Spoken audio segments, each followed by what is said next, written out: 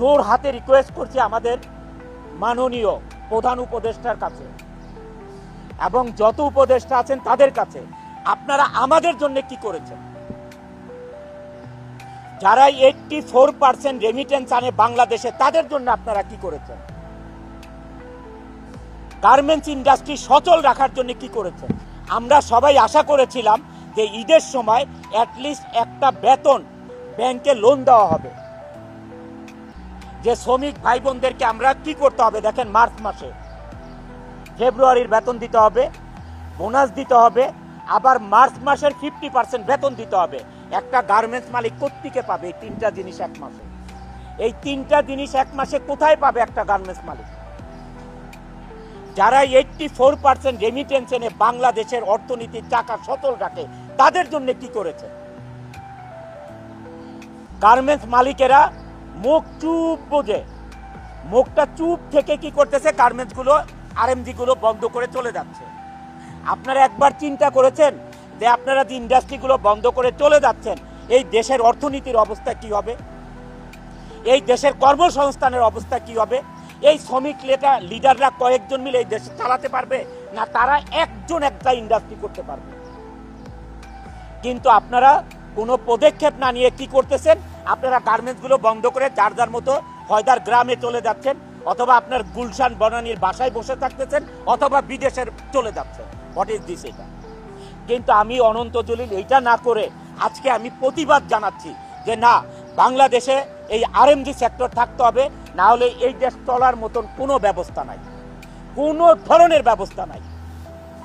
আপনি যে আজকে চাল কিনবেন, আমাদের দেশে যে চাল উৎপাদন হয়, গম উৎপাদন হয়, ডাল উৎপাদন হয়, সমস্ত কিছুর 50% মতন ইম্পোর্ট করতে হয়। ভাত খাবেন কোত্থেকে? খাবেন কোত্থেকে? গার্মেন্টসের ভাই বোনেরা আপনারা বাজার থেকে চাল কিনবেন, কোত্থেকে পাবেন আপনারা? এই চালটা পাবেন কোথায় আপনারা? এই চালটা ইম্পোর্টের, আর এটা ডলার ছাড়া ইম্পোর্ট করা যাবে না। বাংলাদেশের টাকা আজকে কোনো দেশ আপনার নিবে না এটা রপ্তানি করতে, আমদানি করতে। কাউকে আপনি টাকা দিলে নিবে না, ডলার দিতে হবে। তাহলে এই ডলার কোত্থেকে আসবে? আমাদের কৃষক ভাইরা আজকে ফসল ফলাবে, এই সার কোত্থেকে আসবে? এই দেশে সার কোত্থেকে আসবে?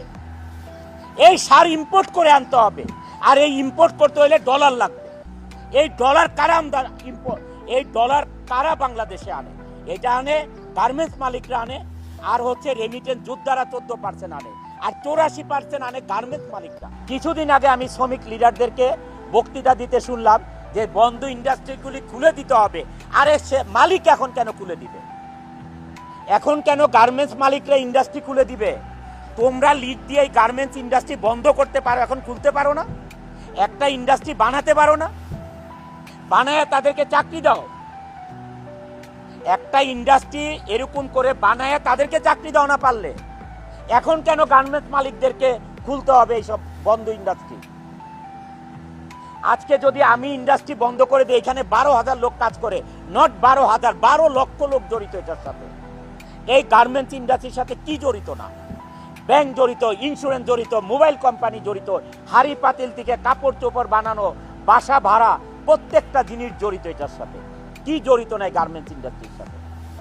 বাংলাদেশে 84% রেমিটেন্স আছে শুধু আরএমজিতে। 14% আসে হচ্ছে আমাদের রেমিটেন্স যোদ্ধাদের থেকে। সারা বাংলাদেশের এক্সপোর্ট থেকে 2% আসে, 2%। মিডিয়া ভাই ও বোনেরা, আমাদের শ্রমিক ভাই বোনেরা, এই দেশে আপনারা কি করে খাবেন? আমার শ্রমিক ভাই বোনেরা, আপনারা কি করে খাবেন? মিডিয়া ভাই বোনেরা, আপনারা এটা প্রচার করুন যে এই দেশ কি দিয়ে চলবে। আমাদের প্রধান উপদেষ্টা জনাব ডক্টর ইউনূস সাহেব 12%, 13%, 14% রেমিটেন্স আসার কারণে বাংলাদেশে এই রেমিটেন্স যোদ্ধাদেরকে যে সম্মান দিয়েছে, এয়ারপোর্টে আলাদা তাদের বাসস্থান করেছে যে তারা এসে রেস্ট করতে পারে, হোটেলের মতন করেছে, আত্মীয় স্বজন এসে থাকতে পারে, এয়ারপোর্টে তাদেরকে সার্ভিস দিতে হবে, এত ব্যবস্থা করেছে। যারা 84% বাংলাদেশে রেমিটেন্স আনে, তাদের জন্য কি করেছে?